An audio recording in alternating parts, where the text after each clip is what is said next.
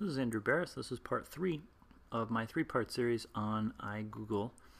What we're going to do now is talk about some of the social capabilities of the tool.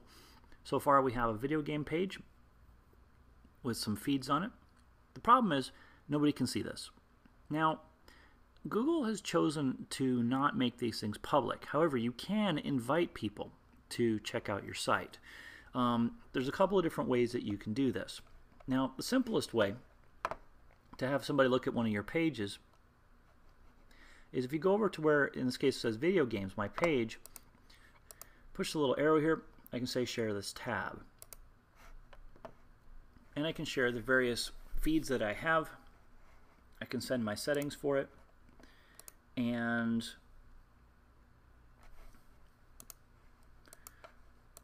by the way, the settings for the gadgets, it has a warning on here, which is actually pretty useful to read. If you have, like, say, Facebook on here and you send your page to somebody, they'll be able to see your Facebook stuff as well. So, you might want to uncheck some of that stuff that you don't want to send. Anyway, you'd simply send it to email addresses and they'll get a message saying you've been invited to look at this page. If they click on it, then they'll be able to come see your page and check it out. So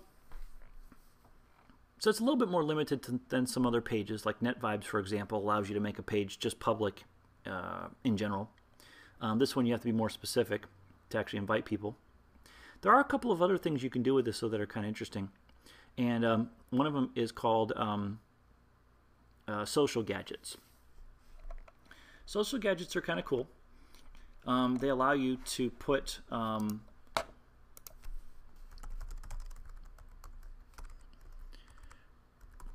gadgets on here that other people can use with you.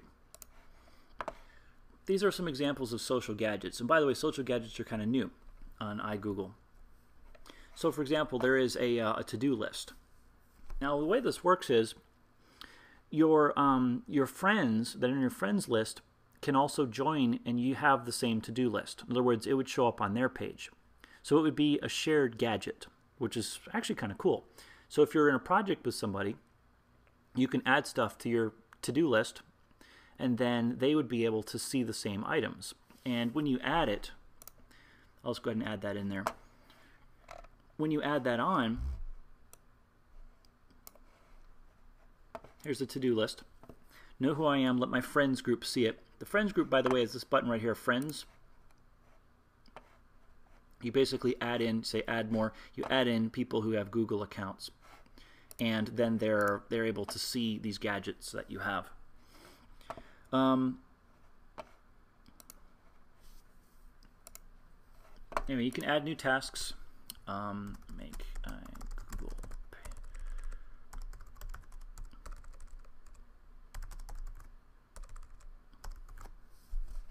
I have fat fingers today.